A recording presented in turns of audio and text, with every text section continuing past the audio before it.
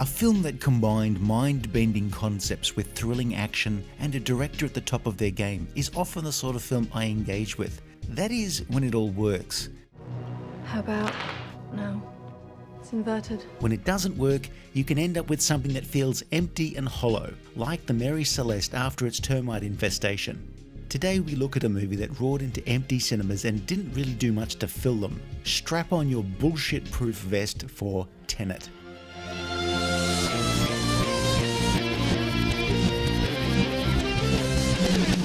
Everyone still loves Inception, right? And at least 2 of Christopher Nolan's Batman films are really good, right? And Interstellar, while descending into the realms of stupidity on occasion, it was still a good time, right? And Dunkirk was at least filled with lots of cool spectacle, right? And Tom Hardy. After that last film, reviewed by us here, director Christopher Nolan went back to what he knew best. Surface at the upper house, the Kiev on the 14th. Taking a simple concept and twisting it in a way that made for some exciting action sequences, using cool special effects to tell an interesting story. Well, he didn't really do that with his film Tenet. He's feeding them rubbish, but they don't seem to care. We'll try and see if we understood what the fuck was going on here. Tenet is about something people from the future waging war on the past by sending back things that run backwards. Its entropy runs backwards, so to our eyes its movement is reversed. In order to collect some bits and bobs that will destroy everything. This is about survival. Whose? Everyone's. The film's protagonist, played by John David Washington, isn't called anything else but the protagonist. I'm the protagonist. With help from Robert Pattinson, he has to save the world from a Russian's arms merchant, played by Sir Kenneth Branagh, and there's also the Russian's wife, Elizabeth Debicki, who everyone casts right now once they realise how incredibly expensive it is to cast Cate Blanchett. Did I look worried? But Tenet is basically an excuse to run footage backwards and forwards. Explosions happen in reverse, bullets are sucked out, and as for the bathroom breaks, just don't ask. The film's title, Tenet, is a palindrome, which is a word that's the same forwards or backwards, which must have been handy, since the film is crap whether it's going forward or backwards. Can't figure it out. Reversing film footage is one of the oldest camera tricks in the cinematic tool bag, and it's notable for use in, say, showing the $6 Million Man jumping a fence. The sci-fi comedy series Red Dwarf did an entire episode about a universe where things ran backwards, which ended by answering the question about toilet breaks. Or there was the movie Top Secret, which had a lengthy scene played backwards. I mean, steal from the best. Nolan even cribs from another Abraham Zucker film, Airplane. Common criticisms of Nolan films apply to Tenet. Lousy sound mixing means characters who are clearly saying something that film thinks is important. Did you try having a look? Can you pick it? But their voices are buried deep in a mix, like Mick Jagger's farts.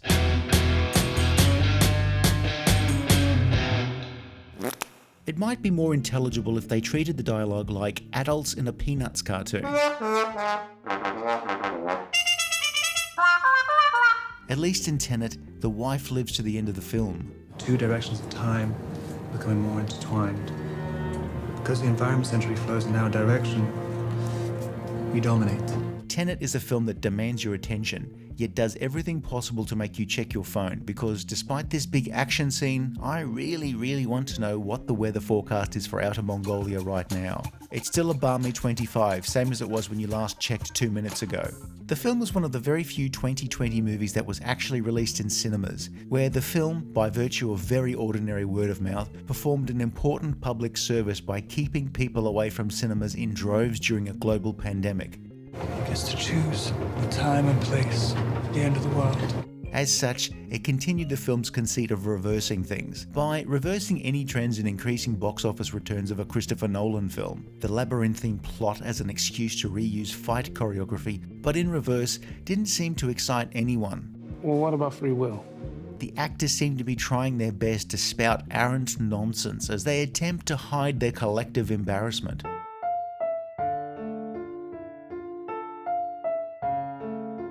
You said you spoke Estonian. It's not Estonian. It's backwards. We feel a relatively short Stam Fine video can't explain the plot adequately, so we've prepared this attractive multi-volume set of What in the living shit is happening in Tenet? Each week, a 300-page volume will attempt to explain the plot and how this bit explains what's happening in this scene and why this scene isn't contradicting this scene.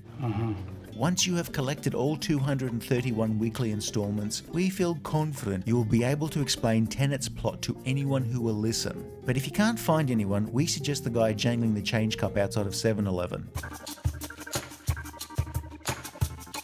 What's positive about Tenet? Does the sight of people jogging goofily in reverse make you laugh? Well, there's that. It's not supposed to be a comedy. The acting isn't bad, but it's not anything at all that great. It's very clinical, but it's not really selling what they're trying to sell. The music isn't terrible, but you know something is going to happen when the backwoods music gets really, really, really loud about a minute before something happens.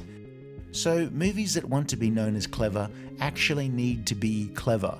Like how a professor of advanced mathematics really ought to be able to tell the difference between an equilateral, isosceles, and scalene triangle. Hey, is it that one? Tenet is a film I can't really get behind, unless it's to push it off a steep cliff in the hope it'll never be found again. Does it take a short YouTube video to tell you it's not a very good film, but made by talented people, which is both a waste of said talent and of the viewer's time? It's like watching a Twitch stream of paint drying and seeing viewers donate their life savings in the hope the paint will say their name.